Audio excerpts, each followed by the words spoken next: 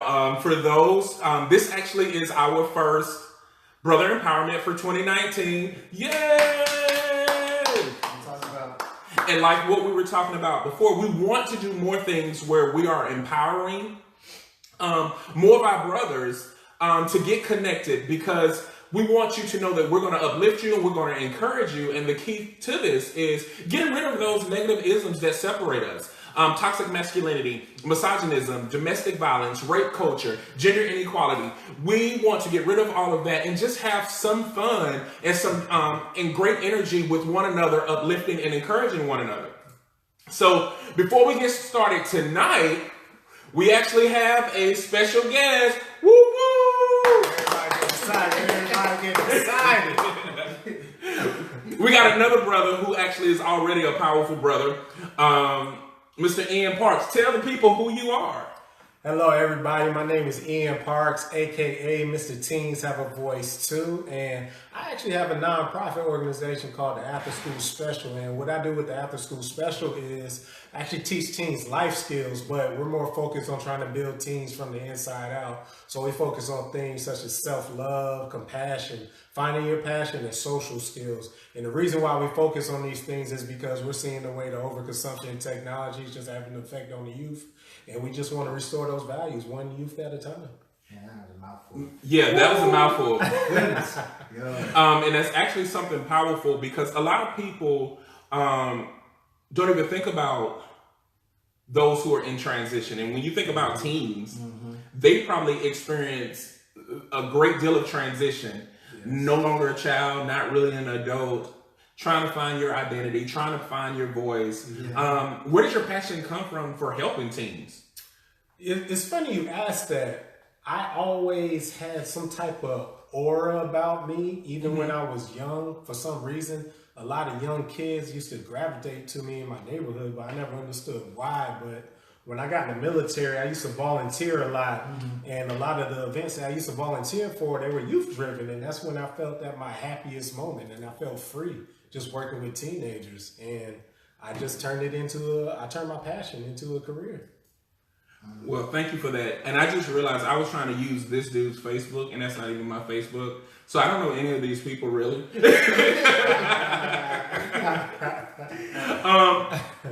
So we definitely want to go ahead and get started with talking about a lot of things. And if you have some things that you guys want to really discuss, let us know so we can get that ball rolling and also getting on some things. I know one of the things that was pressing on Cordell's heart is that he wanted to kind of have a conversation about intention and outcome. Yeah, intention versus outcome. So I drive. Yeah, so my brother Jay drives real quick. So for me, especially when it comes to talking to different people, whether it be women, children, whoever, a big thing that I think is misconstrued is people have a and I'll say brothers because we're men, we're talking about to our brothers.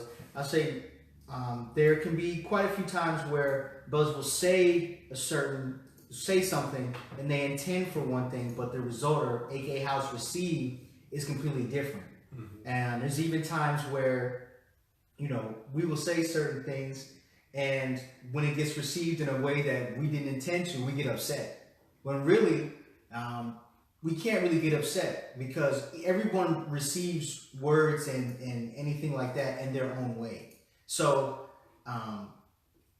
in talking to certain people, or not certain people, just people in general, I've had to really take a step back a lot of times and really look at what I'm saying and how it's received, because the outcome outweighs the intent 100% of the time, always, and forever will, in my opinion at least. You know what, and I will say this, when you're talking about that, one thing that is really truthful is that I look at outcome over intent. And unfortunately, I have probably separated from some individuals because of that. Because I do look at it as lying. I'm not sure if that's a good thing or a bad thing. Okay. But for one of mine, because I dealt with betrayal so much, when somebody lies to me, I kind of detach already. Right. And so when somebody says that they're going to do something and they don't deliver on that, And it's a huge problem for me. Okay. Now, the difference is if you say you want to do something and you find out you can't, Right. communicate that. Right. Don't have me under the expectation that it will get done and you don't ever do it. So that is a huge concern for me. I'm gonna step up and get this taken care of. So, but y'all can continue to go. Yeah, no, it's interesting, and so in this transition that that I've made, especially recently, I've had to really just look at like what Jay said, when I communicate with people, I really have to look at what I say, and the intent behind it can be one thing, but even if they receive it in a different way or even a negative way, I can't necessarily be upset at that person. I have to look at how I said and why they received it in that way, and we can talk about that, because there's plenty of times where you may say something and you either don't know how to say it or you say it the wrong way. And so your intention is still one thing, but when it's received, it's received completely differently. And you have to be able to look at that and not take it so personally when that happens. And I think especially when we're talking to sisters, and I'm sure all of us have heard or been in a situation or heard of a situation where a sister says to her brother, hey, well, what you said, that hurt me, or that was disrespectful, this and that. And what's the first thing some guys say? I ain't mean it like that. Why you take it like that? Yeah. It's your fault. That's basically what they're saying. It's Right. your fault you took it that way, because I didn't mean it like that. Right. When they're not inside our heads, they're not inside that man's head at that moment. All they know is, you said this to me. This is how I took it. I am telling you how I took it, which should actually be a natural exchange of information, but it turns very oftentimes toxic, unfortunately, because the ego and anger and adrenaline and toxic masculinity kind of comes into play after that. I actually, I kind of see what you're talking about. Do you think that a lot of people don't communicate even their perceived outcome? Because if you don't commit to what you say you're going to do, they look at it as failure? I think a lot of people just do a bad job of not putting themselves in the other person's shoes. Okay. Because, one thing we have to realize, especially when we're communicating, is, like you just said, everybody's going to receive that information differently. Right. So when somebody is telling that person that, hey, you hurt me in a certain type of way, it's up to you to try to correct that action. And you're not going to be able to correct that action until you try to put yourself in that person's shoes and really listen to them and really take that feedback and really try to follow up and correct it. But, a lot of us, we do get in that defensive mode. Yeah. We say, hey, I didn't mean it that way. Instead of just saying, okay, well, tell me a little bit more. Help me explain, help me understand what I actually did so I can correct it. Okay, well, let me just, be devil's advocate, if you will. Okay, all right. So if it's not necessarily saying things from somebody else's shoes, is it empathy that's a problem or perception? Let me explain. Okay.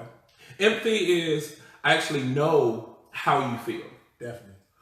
But perception is more of how I think you feel or how you should feel.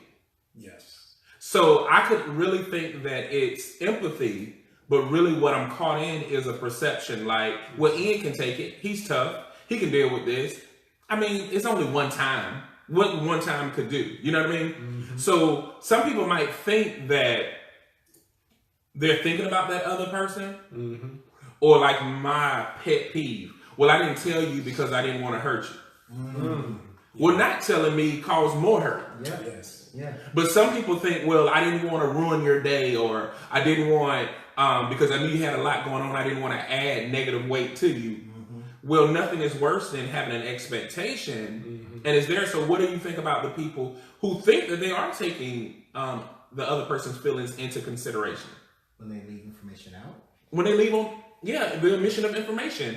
I didn't tell you because I didn't want to hurt your feelings. Perception. So, yeah, I mean, it has to do with that's definitely a perceived action. Well, if I don't tell you this, it'll be better. But also, I think that not withholding information. What's the phrase? A lie of omission. It's still when you're not telling someone something that is relevant to the situation that they need to know, or you're changing the way the information, or you can even be changing the truth by not saying that. So you're essentially still lying. You're lying. That's so true. Everyone needs to get. I mean, if we're talking about honesty, I mean, there's that's the thing that us brothers do too sometimes. Well, I didn't tell you because exactly what you said. I didn't tell you because I didn't want to hurt your feelings. No, give everyone all the information and let them make that decision if they want to be heard out. Then you go from there, in my opinion. You know, and this kind of goes with the conversation Ann and I was having while waiting on you. We had to throw that in there. Take a shot. Ooh. I didn't know. I didn't want any omission of information. Because you like, well, where was I? You wasn't here. So, Round of applause. Round of applause. But I think that's probably one of the issues that we deal with when you talk about. I think that men are forced to omit information. Okay. I think that. Think about it. We're conditioned to suppress our emotions. We're also conditioned to take more physically, and we shouldn't have really any emotion. So the omission process for a male could very well be a condition of the social construct. Okay. And I say that to say I just realized for me, when it comes to like an argument with a guy, I usually just let things lie. Okay. I'm usually like, okay. Yeah. But I notice if I argue with a female, I'm more like, no, let's talk about it. But for a guy, I'm like, he's not a woman, so why would I do that? But the truth of the matter is, I still should say, okay, we need to talk it out. Yeah. It's a disagreement. We should talk it out. If I offended you, I need to know what I did to offend you versus saying, you a man, you better come talk to me. Yeah. So when we talk about omission, we're conditioned to omit a lot of things anyway. So it's like, how can you tell somebody they're wrong if they have been taught to omit things out of survival? And it has become a rite of passage, if you will, from grandfather to father to son. And it just repeats that cycle. So how do you break that? That's a good question. Yeah, that's heavy. I think, just my personal opinion, I think the starting point kind of goes back to what I said earlier, just really putting yourself in that person's shoes to kind of understand their story and learn more about their background. It's going to be hard to break that chain because it's been passed down from generation to generation to generation. And ultimately, it's going to be up to that person to break it because they have to be aware of it. I think that's the first step, being aware that have this perception that's going on. Yeah.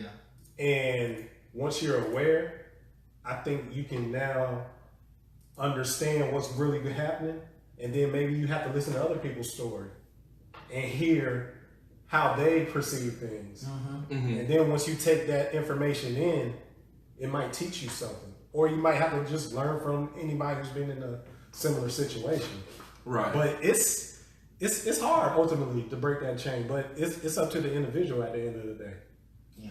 Well, I think that some people think that the biggest step is acknowledging. Yeah. It's a big step. It's a huge step. I don't think it's the biggest step. But that's what some people think. Like, at least I know my faults. I know the issues that I'm going through. I know what's wrong with me. That is such a, I won't say bad. That is such a phrase that I won't say. I'll say it's sort of defeatist because in my opinion, when you say at least I know, I'm listening. You're saying that's all I need to do. I've acknowledged my faults, and so you have to deal with it now.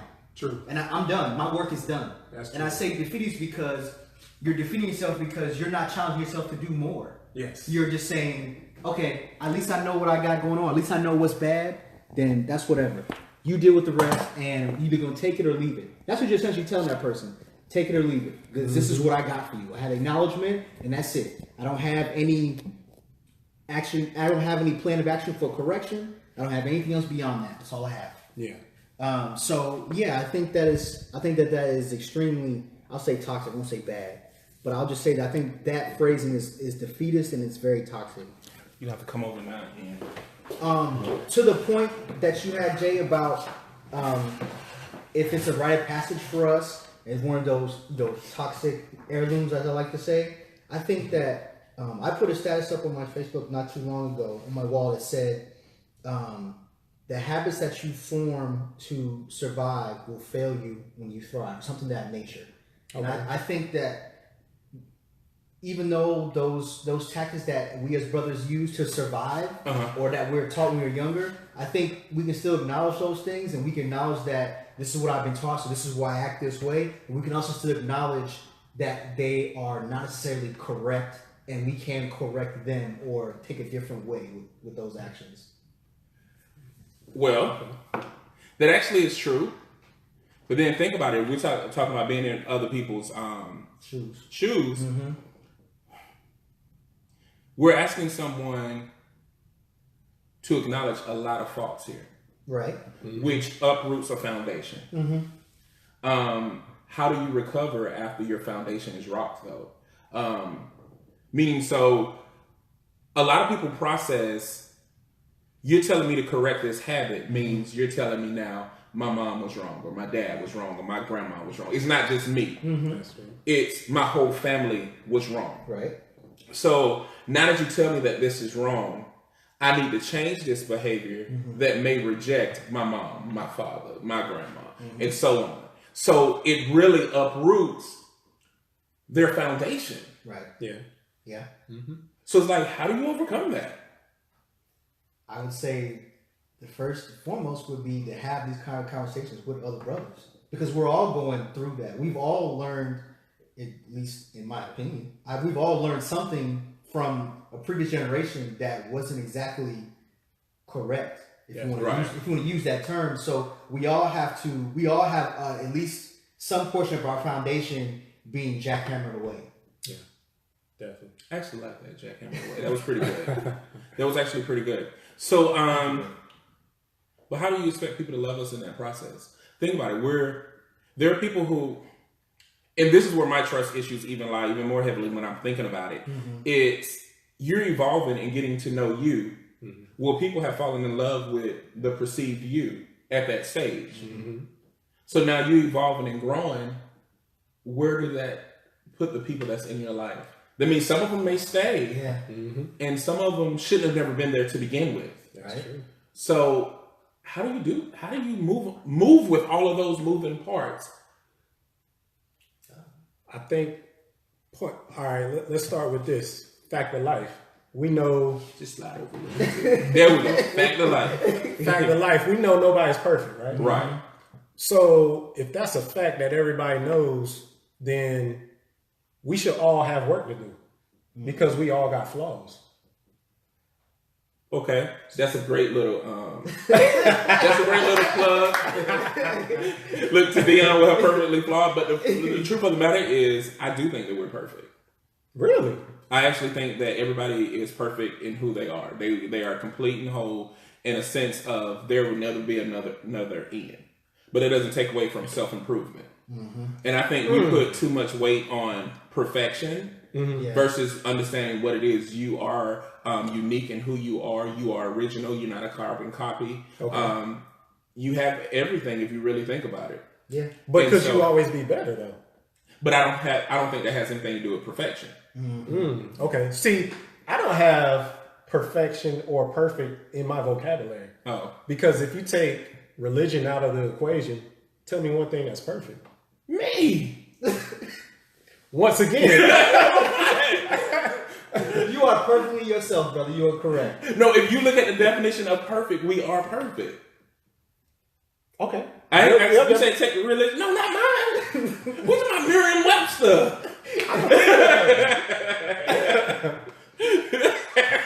Hey, Brandon, what's up, man?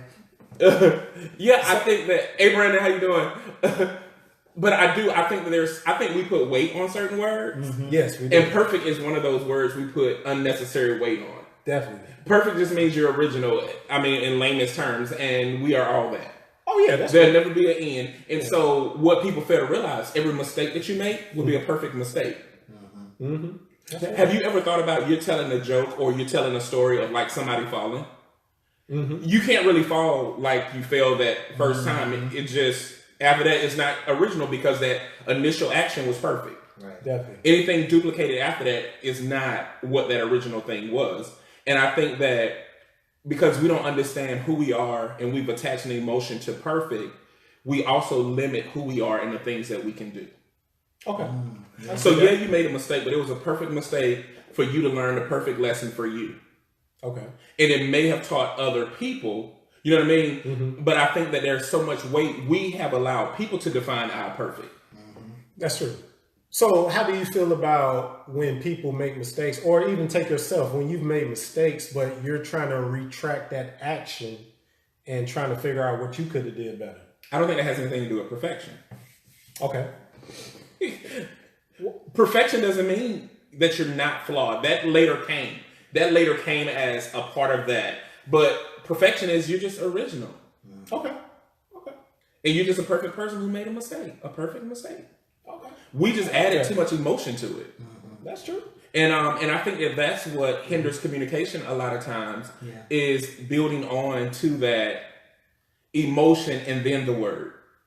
Definitely. This is why love doesn't have, this is why we're trying to give love an identity. Definitely. Because it has been buried by all of these feelings. Yeah. Definitely. Brandon said, I have to thank you guys. I'm building my 34th chapter off of your leadership. Dope. Oh, wow. Thank you, Brandon. Man, Thank you, Brandon. Hey, definitely, man. That's big. We definitely appreciate that. Yeah, I really do appreciate that as well. And you just don't know that alone just encouraged me. It said we are doing the right thing. That's made my whole night, man. So I really do appreciate that. I wanted to say one thing. Go ahead. You asked a question about as far as when we are tearing away our foundation or jackhammering away and making changes or rebuilding some of that foundation. How do we get certain people or the people that love us and, like you said, have fallen in love with the person that we were to stay to that transition or to even view the transition as positive.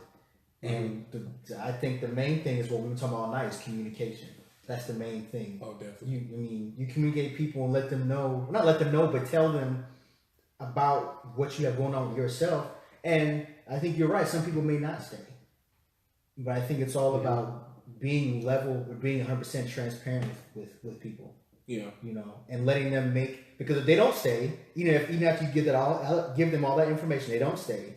They made an informed decision, but they've given you information as well that the person that to be a better me, you don't want that, or you're not necessarily receptive to that. Or I'll say this too, though. Sometimes we feel obligated to share things that we really don't need to share. I will agree. I mean, my growth is really none of your business. There's a flip side. Okay. Now, there is a flip side. Yeah. I learned to keep people out of my business. Okay. And I've learned to take ownership of me. Right. But in that, there is a separation that can sometimes be a little daunting and can be overwhelming. Yeah. Because when I look at it now, I do wish that I would, if I had more people in my immediate circle. I was explaining to him, like, I don't have really a lot of people in my immediate circle. Right. Because as I evolved, it's almost like I evolved in secrecy. But I also needed that. But I needed that for self-maintenance. Yeah. And so I know that there is a balance somewhere, and I may be on the extreme end of that. And so I think, yes, communication is good, but I think we sometimes overshare a lot. And then that stops our progression because I've told you too much of what I want to do and value your opinion more than I value me maintaining my own life. Right. And so sometimes that hinders growth. So it's somewhere in the middle. I just don't know where it is. But I think that we do give too many people permission to freely roam in our being when there really should be a space occupied by you. Yeah. I mean, you should be the master of that ship. Or the commander of that ship. I mean, everyone else is, I won't say a bystander. I mean, especially if you value their opinion, they're more so than a bystander. But really, at least initially, they should really be bystanders. Definitely. You know, in my opinion. So. But you know what? It's so funny, but we're taught that we're taught that certain things are disrespectful. Yes. Mm-hmm. Yeah. Like, I'm not obligated to share anything with you, but those who are closer to you feel like you're shutting them out, or you're being disrespectful, or you're being rude. Yeah. There's so many different negative things that come with positivity. And this is why I actually made that post. A lot of us have been disrespected for so long that we process respect as being disrespected. Yeah, definitely. So we're so accustomed to someone doing us wrong. Yeah. When someone has our true best interest at heart, when someone is lifting us up, we are so skeptical of those things. Yeah. And we feel like somebody is trying to play you because they're trying to show you love. But all of that has happened because we have grown accustomed to abuse. Yeah. Yeah. Yeah. Yeah. And so we pass that same abuse behaviors on. Yeah. But we want to show people how to better deal with their abuse. Is really what we're saying. Yeah. That's really dark, but it's also very, very true. Yeah. You know, it is. that's very, very true. Because we are all dealing with some type of trauma. You know, it's something that happened at some point in our lives, and for a lot of us, it's generational. Well, you know what's so interesting about that? It's like, because you guys would be the perfect ones to kind of talk about this. It's like, in my house, I am I'm the father, I'm the husband. I am considered the protector. Even though my wife and I, we're traditionalists, but we don't believe in gender roles. A lot of times, there aren't many that share that mutual weight of what it means to be a man who's also a husband, who's also a provider, but also a man who's growing. Right. Yeah. And when I say that, it's like, as I approach 40, there is a new stressor that wasn't there when I was in my early 30s and things like that. So with you guys not living with family, not necessarily married or have children,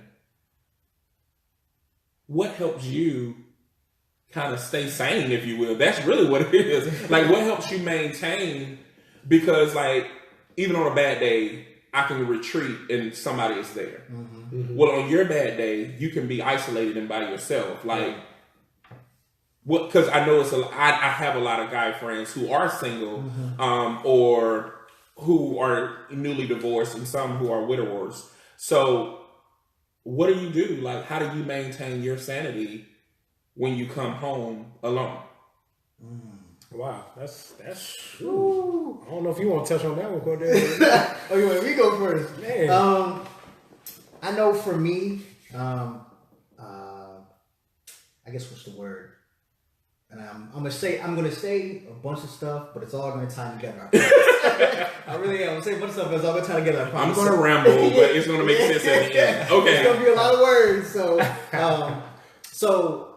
I am an ambivert. I think that's the word. So I sometimes find solace in solitude because it helps me get my thoughts together, and it's peaceful for me. Right. I know that whenever I'm having a bad moment or whenever I'm having just a tough time, I happen to have great friends and family.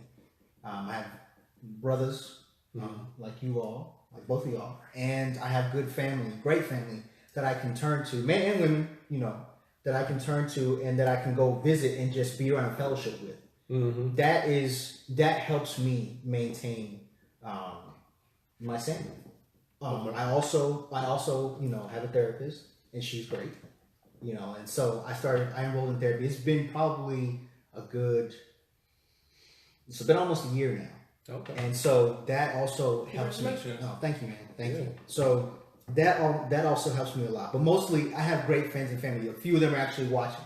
My uncle Antoine Johnson and one of my great friends. He's basically family to me. Devontae Ragland. What's up, guys? What's up, fellas? How y'all doing? So, basically, that's what helps me stay sane. Are the friends, family, and then in solitude, I find peace. So that helps me as well. So it's a bunch of stuff. It's a few things, but you know how, like, so it's something in you to say, I need to be around my family. Has it always been that way, or that's something you learned? Well, it's I would say it's always been there. I grew up around my family. We're very close together. Okay.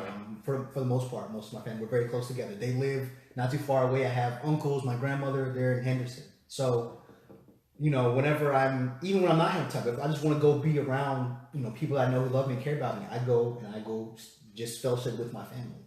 And it's pretty much always been that way. I've always known that my family's there for me. So, being that my family, a lot of them are older than me, I'm one of the more younger ones, I can always go to somebody in my family and talk. And it's not necessarily talk to get advice, but I have most of the people in my family, I don't want to say most, everyone in my family listens, and they don't necessarily judge. They'll just listen to you. Yeah. I don't particularly have folks in my family who judge first and then listen later. So that's so key. Yeah, that's big. Yeah, because you don't always want advice. You don't always want someone to talk to you or tell you what you need to do or even help you with that. Sometimes you need someone to listen. And my family, my friends, I will say, are good at that. Yeah, that is a blessing. Mm-hmm.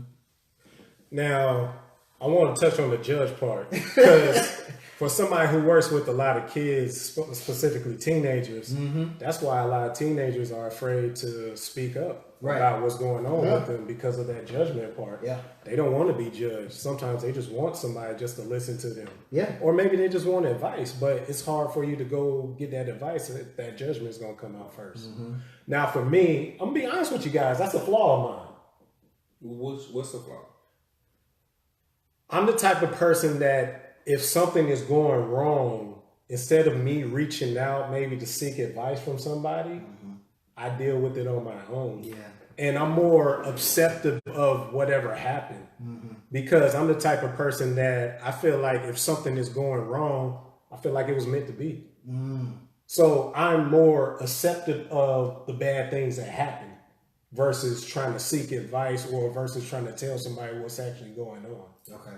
So, and I should speak about my flaws a lot more or just anything that's going on just to see somebody else's feedback or just to learn maybe what somebody else might have went through, especially if it was a similar situation or whatnot. So for me, honestly, I don't have nobody that I actually would go to or speak with, whatever's going on. It's more of me trying to figure out, okay, why did this happen? What lesson can I learn from what happened? Okay. And how can I prevent myself from going through that same situation again? So note to self, we need to reach out to Ian. Get all Ian's information. Because Ian is not going to reach out to us when he's going through. Yeah. Duly know. Well, and I think that that's part of the responsibility. I think that I'm thinking about it more and more. We men are responsible when it comes to family and females in general. Definitely. It's like we're more catering and more nurturing, but we're not as uplifting and present with our brothers who are actually going through all of the things like you don't know, but I wrote I think I shared it with you. I wrote a blog at loveisapparable.com that talked about Daddy, where are you? But the whole thing about it is it's not talking about whether dad is absent or present, because you can have dads who are present in the house you see every day, but absent from fatherhood. Definitely. But what I've noticed since starting Love is a Parable, there have been a lot of men who come to you in secrecy and they feel like they're telling you something confidential, but it's really something that all of us men share alike. Like, if you said it openly, you're like, yeah, but for some strange reason, men are conditioned to believe being transparent and or vulnerable is confidential and only should be reserved for selective people.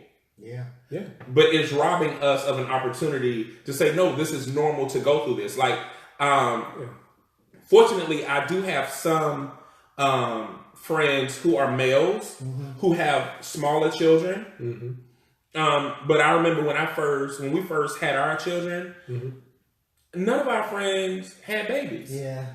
Because if you really think about it, I feel so old. A lot of people my age now have kids that are graduating or have graduated from high school, and some of them are grandparents. Yeah. And I'm like, oh my goodness. So we didn't have a lot of that, and so I didn't know what normal was as a man providing for his family because my dad wasn't present in my life. Yeah. So I didn't have kind of a balance. And let me clarify, my dad, who I call my dad and who I see as my dad, didn't come into my life till I was 17, 18 years old. So for the first 17 years, I didn't have that blueprint. So I didn't know about those formative years. What is there to do, you know? Definitely. And so, but I'm finding out that a lot of the things that we share, we act like it's a secret, but it's not. It's things that we all share, and we should have an open platform. Well, it shouldn't even be an open platform. We should be okay with talking about things that happen to us every day. Yeah, that's true. And reserve those confidential moments for true things that are of secret. But we all hurt, we all deal with pain, we all cry, we all get frustrated, we all get angry. We all are trying to figure this thing out. And it's hard trying to figure it out alone. Brandon said, thank you guys for being truthful and holding all of us to a higher standard. All of the things you speak of is also helping my 12-year-old nephew as well as myself. Wow, Brandon, that's awesome. And shout out to nephew. He's gonna appreciate that, especially when he gets older. Definitely. And so that's the thing that frustrates me more than anything is guys being okay to realize that what you're going through is normal. And it's not really a secret to disclose a struggle or a challenge is not really a secret. It's also not a weakness. And it's not a weakness, right? And you haven't lost anything. It actually, I believe, when you let go of something that is hurtful, painful, or negative, you now have reserved space for something positive to take place. But if you hold on to all of the bad things that have happened to you, or even you process them as negative things, when will you allow the good things to reside with you? Exactly. That's true. Out with the old, in with the new. Out with the old pain, in with the new positivity. Oh, that's what you're about to say. Out with the old pain, in with the new pain. No. Hurt all over again. But you know what? You touched on something earlier that I don't think is talked about enough. And I went through that situation growing up. So my dad was always present, but he wasn't present. And what I mean by that was great provider. Lived under the same roof. But when it came to having that quality time, it was absent. But I was the one who wanted to learn more about my dad's background. And one thing that I learned was my dad didn't have that example of what a man was either. Because my dad was raised by his grandparents. So now that I understand where our lack of communication comes from. So one thing that I can say that I've been doing is trying to work towards us having a better communication. Which overall will help our relationship too, as well. Because I know with my dad, I'm gonna be honest with you guys. I hope so, man. I could have a conversation with my dad on the phone. It wouldn't last no longer than 2 or 3 minutes. Because it was always, hey son, how you doing? How's life? You know, how's the job? How's things for you? How's mom? How's grandma? And that was it. We could never get past like that initial dialogue. But me and my mom, we could talk, you know, for as long as it was. So that I don't think is really talked about enough. Because as men, especially the older generation, they were taught to be the providers. And that's it. And that's where it stopped at. They weren't talking about, you know, spending quality time with your son, or telling your son it's all right to cry, or telling your son it's all right just to open up about what's going on. Or even Debbie said, keep up the great work, guys. Thank you, Debbie. Thank you, Debbie. Oh yeah. Hey, Debbie. But I'll touch on that briefly too. More so, we'll dive deep into that provider word. the financial provider of resources, Definitely. not provider of emotional stability for your children in the household or anything like that. Just you're supposed to go out there, provide and protect, provide resources, money, food, whatever, protect, and that was really it. Yeah. And that's generational. My dad and I, our relationship is excellent now. However, until I was about 18 or 19, it was very rocky. And he touched on it a little bit, but he had a tumultuous relationship with his father. And so, that actually played a part into how he raised or how he brought my sister and I up. Yeah. So it was kind of the same thing. And there were emotional times, but those emotional times were usually preceded by some sort of confrontation. Gotcha. You know what I mean? So it was the confrontation, then the outcome, or the conversation afterwards. Like, oh, it happened because of this happened because of this, or I come for a while. He used to tell me, I talk to you like this, or I do this because this is the place I'm coming from. The place I have to draw from is from this place with my father. Yeah. So, and I didn't really get it when I was younger. Yeah. Because, your frame of reference and your experiences with that are limited. Yeah. But as I got older, I was able to really see those things from a different lens. His lens. I go back and forth with this because you guys had the dad in the house. I had the dad out of the house. My dad was an amazing father up until I was 6. He divorced my mom. He divorced the rest of the family. You know that whole thing. But I feel like that's a cop out though.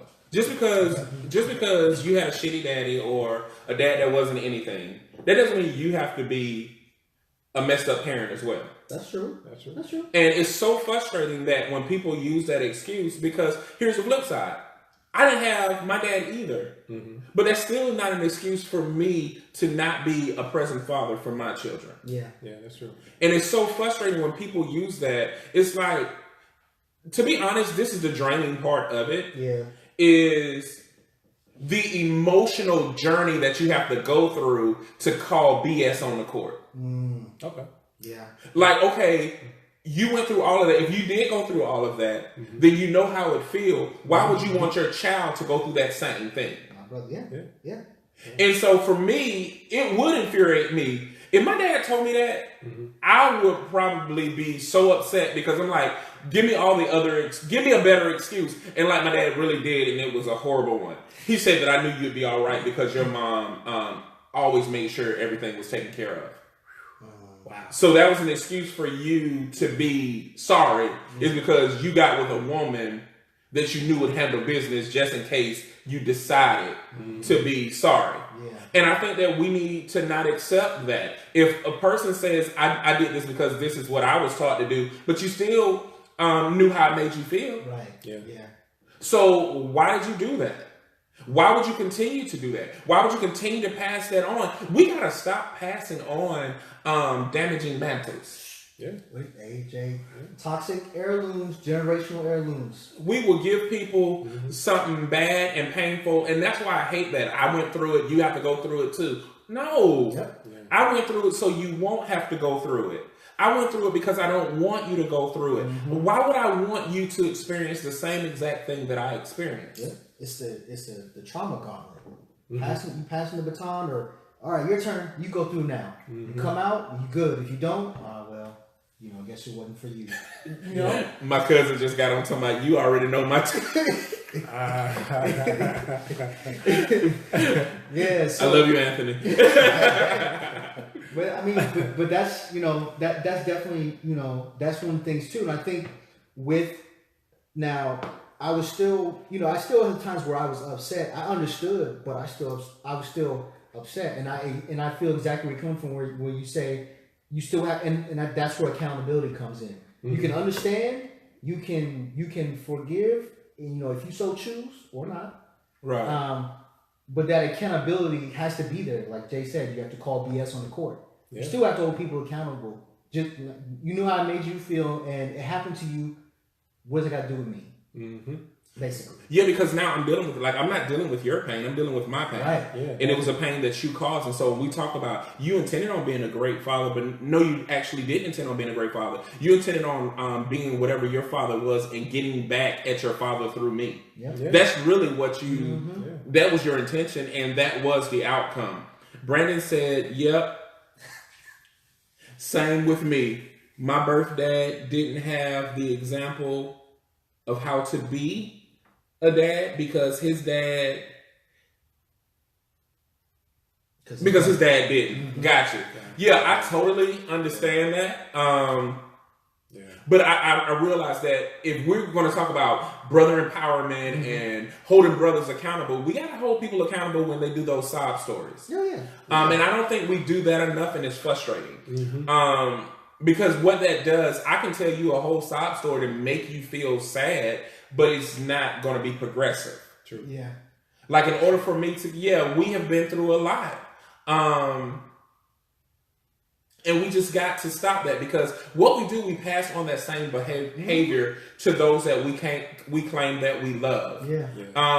One of the things that I think annoys my wife a little bit, I do listen to my children a lot. And on one hand, they're overly expressive, but at the same time, I knew how it felt to not have a voice. Yeah. I grew up in that generation. If another adult said it, it was right. And don't be disrespectful. You're talking back if you're defending yourself. And so I hated that feeling. So I'm not going to have my children to feel that same way. So I'm sitting here thinking, as a father, I remember my childhood issues, and I hated them.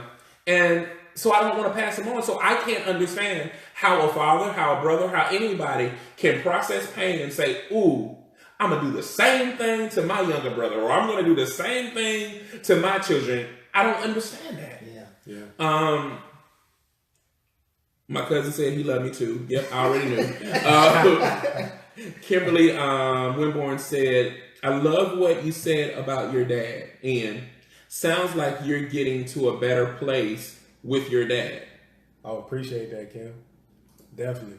I am. It's been I don't want to say it's been a rocky road. I'm gonna say a couple years ago, me and my dad, I actually took him out for his birthday, and we had been having these heart-to-heart talks leading up to that dinner that we went to for his birthday, and I think he finally realized how he made the connection once we started talking about his past, and once he really opened up, I think that's where the turning point in our relationship started. Yeah. Because it almost felt like when he was opening up and telling me things about his childhood and how he grew up, it almost felt like I saw the weight come off his shoulders. And it was almost kind of disheartening, because it's like, dang, you've been dealing with this for all this time, and you know, nobody knew. I have 2 siblings. I have an older brother and an older sister, and it's like nobody knew this. Yeah. And it's like, why did it take for me to be the baby to, you know, kind of make this connection for him to actually get all this weight off his shoulders that he's been carrying for who knows how long. Yeah. You just made me think about, I don't know why that made me think about something you said earlier, and I made the connection. Like, men are forced to be the provider. And we're forced to be the provider, and we need to stop even saying that. We're really forced to be like resource officers, not really a provider. It's to give resources. Definitely. But we're forced to do these 2 things, to provide and protect. Do you think that translates over to why everything is a competition? Meaning, I'm gonna get as many girls as I'm gonna get. I'm gonna be the best in the bed. I'm gonna have the best car. I'm gonna have best this. I'm gonna have best that. Do you think that that's a segue into misogyny in regards to sexual exploitation of our women, but also that is also a gateway for materialism? Meaning, I get things not because I really want them, but these things validate who I am. Hell yeah. Oh yeah. I mean, even if you think about slavery times, you know, the biggest and strongest slaves, they were celebrated. And their slave master would have them impregnate a whole bunch of women. That was kind of like their reward. You're worthy of passing on. Yeah. Exactly. That just hit so, me. Yeah.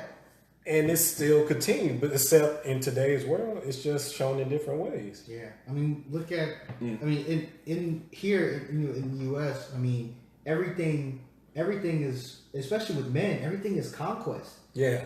I got that job. You know what I mean? So I'm getting to this amount of money. I'm getting to this bag. I got that car. I got it. It's mine. I got that girl. You know what I mean? I have my house. I have my kids.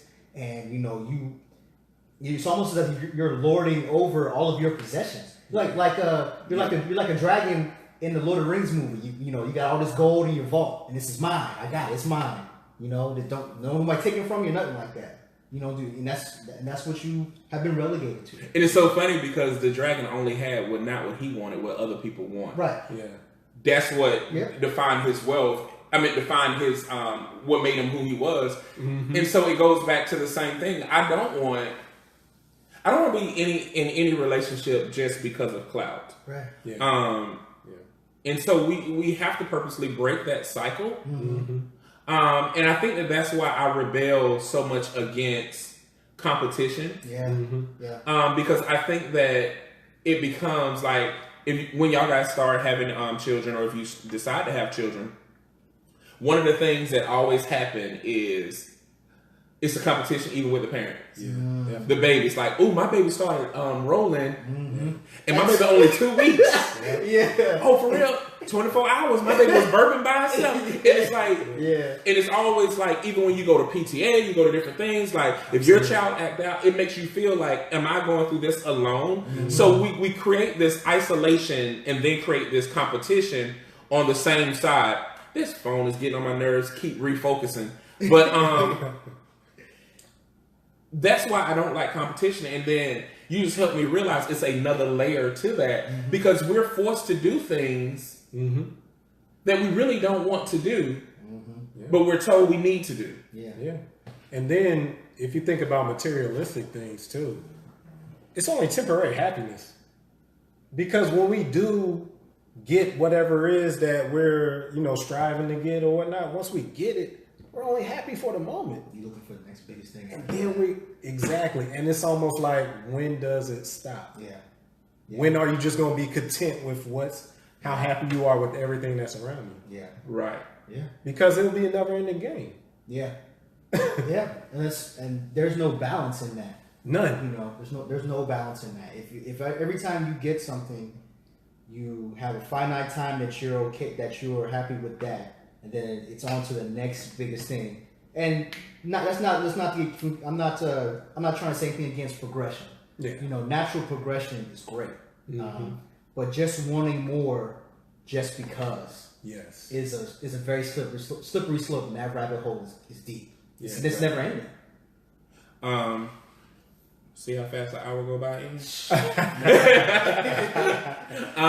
that, man. I didn't realize. Guys, we're nearing towards the hour of being on. We thank you guys for watching. A couple of things that we have coming down the pipeline. March 24th, we're trying to do our Brother Empowerment Cookout and celebration. We will be getting more information on that. We're just waiting on confirmation on a particular venue. Yep. Once we get that, we will have all the other information out. Thank you, Derek, with Unlimited Mindset.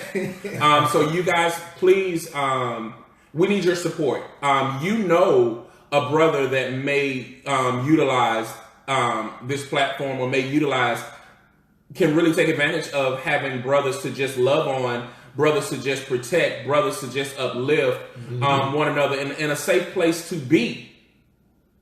So if you know someone, have them to reach out to us. Ian is going to do a better job of getting back on Facebook, but he does have a page. Teens have a voice too. So you can go to that page, because if you have a troubled teen, or you have a teen that's going through transition, he is actually a great resource to utilize with that. So make sure you do that as well. But March 24th, be on the lookout for that, and also make sure that you're connected. Brothers, any closing thoughts?